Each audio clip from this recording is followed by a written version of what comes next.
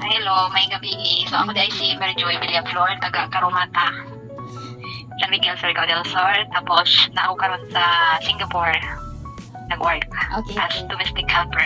Okay, te. So, kuan te, pila na ka years dira sa abroad, te? 10 years. 10 years. Dira aras te sa same nga lugar, dira ra bali sa Singapore. Oo. Sa imong rason nga nung gipili nimo nga dira ka magtrabaho sa abroad. Ang una na rason nga nung nabot ko diri sa Singapore kay gusto na ako makatabang sa akong pamilya to decide. Single mother ako, na ako'y anak. Nya, gusto na ko nga matagaan siya og mayo nga kaugmaon kay bisan nakahuman ko, maglisod ko apply sa Pilipinas kay medyo, kanang hindi na maka-sure nga madawat ta. So, nag-apply ko Singapore.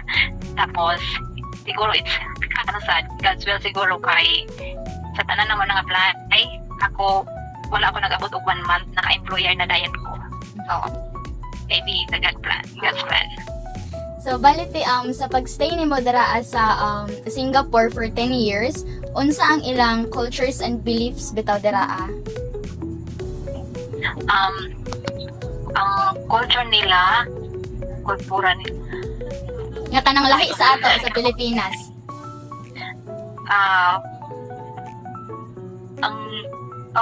mostly diri anak po yung kay Chinese man, so more believe in mga lucky charm, mga ihana, mga pampaswerte. Tapos every Chinese New Year nang sila ka ng ibali for them kay it's a new beginning, kay gina-change nila tanan, as in tanan like sana sa tawag Tanan butang. kinahanglan everything is new.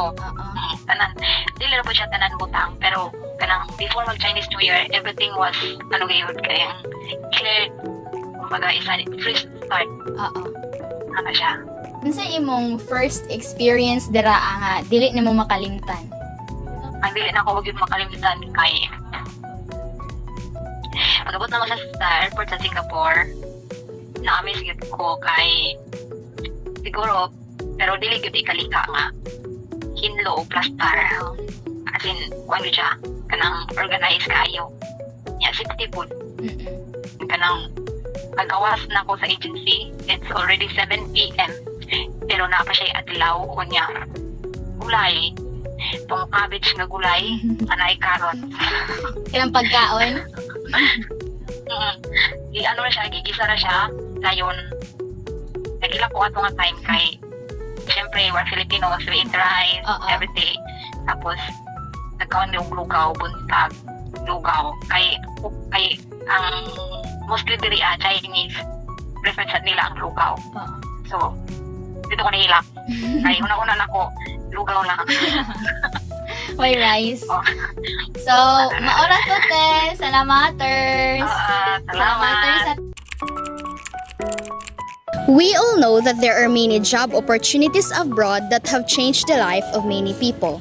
According to Hendy Haas 2011 and his study entitled Push and Pull Factors of International Migration, a review of literature, stated that there are many factors that affect the migration of a person, such as low wages, poverty, better living conditions, and amenities. Our overseas Filipino workers make sacrifices, risking their lives and well-being in foreign lands, all for the sake for providing a brighter future and better living conditions for their loved ones.